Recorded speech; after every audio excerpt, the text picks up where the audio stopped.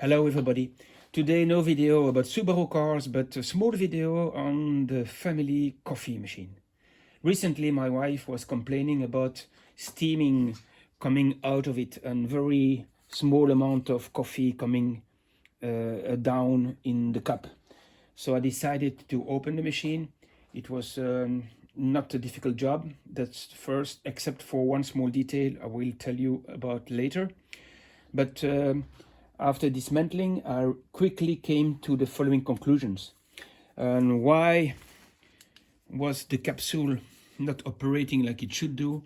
This is mainly because of the 3 teeth at the bottom of the brewing unit, which were slightly bended or worn, meaning that the coffee machine was the displacement, the space within the brewing unit was becoming larger and larger, ending up with a membrane, front membrane, which was not perforated anymore, and the teeth, bended teeth and worn teeth were not strong enough to perforate the top of the capsule so the hot water could go in.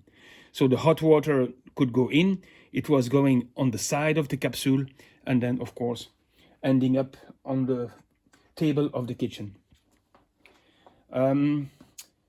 I found a new brewing unit on the internet, and let me tell you, it was not so easy. So to help the viewer, here is the type of Nespresso we own. It's a CitiZ D113, and you will find the exact Nespresso part in the comment section of this video, and it cost me about 45 euros.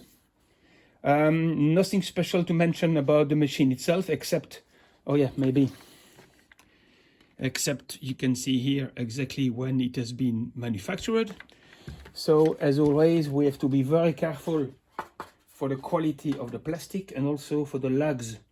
Here for the top of the cover you have 4 lugs, and you can see here one of the lug is bent because I was not careful enough, because that's very stiff. It's not soft plastics, they're very stiff, so mind the lugs when you open it. Last but not least, Nespresso doesn't want us to be the MacGyver of their machine. So it looks like a riveted spot, not a screw, but it is a screw, and the screw can be dismantled. My solution was, in fact, to use a plier and to turn it, and there is absolutely no problem to unscrew them. Finally, this is my swap. I just read in a newspaper there are 4 billion of those which are currently thrown to waste. 4 billion of them. Only 5% are currently recycled.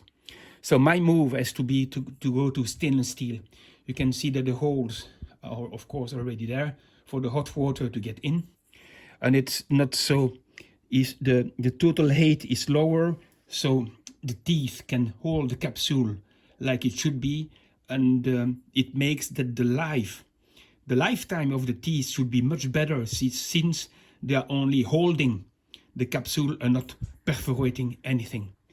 And of course the membrane can be applied on a case by case basis. That was my choice, and believe me, it's a good feeling when you make coffee for the family, when you have these reusable capsules. Thank you for watching and have a nice day. Bye bye.